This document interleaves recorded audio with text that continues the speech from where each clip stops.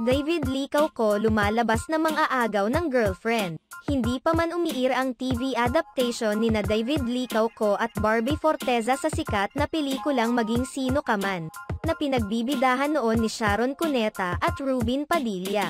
Lumalabas na ang mga intriga patungkol sa tambalan nila at sa relasyon ni Barbie sa kanyang real-life boyfriend na si Jack Roberto. Nag-away-away ngayon ang mga fans ng Jack B at Barda dahil sa mainit na tambalan ni na David Licao ko at Barbie Forteza. May mga fans kasi ni Jack Roberto ang umalma sa pagiging sweet ng mga ito off-cam dahil hindi na umano sila naging sensitive sa nararamdaman ng real-life boyfriend ni Barbie na si Jack Roberto.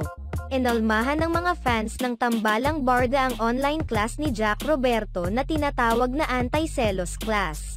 Dahil pinapalabas umano ni Jack Roberto na mang-aagaw ng girlfriend ang aktor na si David Licao ko.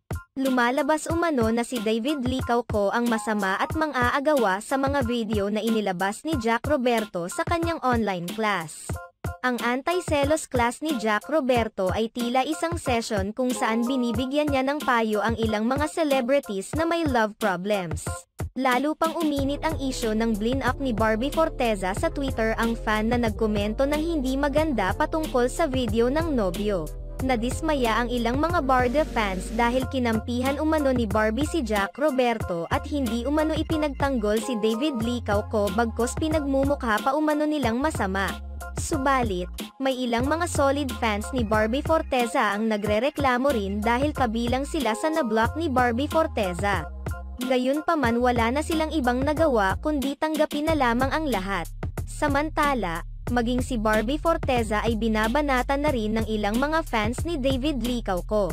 Ayon sa kanila, ngayon lamang umano sumikat itong si Barbie nang si David na ang itinambal rito. May mga nagsasabi pa na kaya nila sinuportahan ang teleseryeng Maria Clara at Ibarra ay dahil kay David Licao ko. Tiyak rin umanong sisikat si David kahit pa hindi si Barbie ang itinambal rito. May mga humirit pa na palitan na lamang si Barbie Forteza sa bilang leading lady sa Pulang Araw na nauna nang naibalitang gagawin nilang dalawa. Ayon sa kanila, angkop kay David ang pero hindi umano kay Barbie dahil mas bagay ang role sa artistang may Filipina beauty.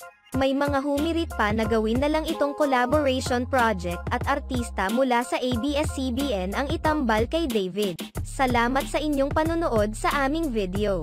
Maaaring mag-subscribe sa aming channel o i-follow ang aming Facebook page para updated kayo sa mga latest news. Ilagay ang iyong komento sa ibaba at atin yang babasahin sa next video.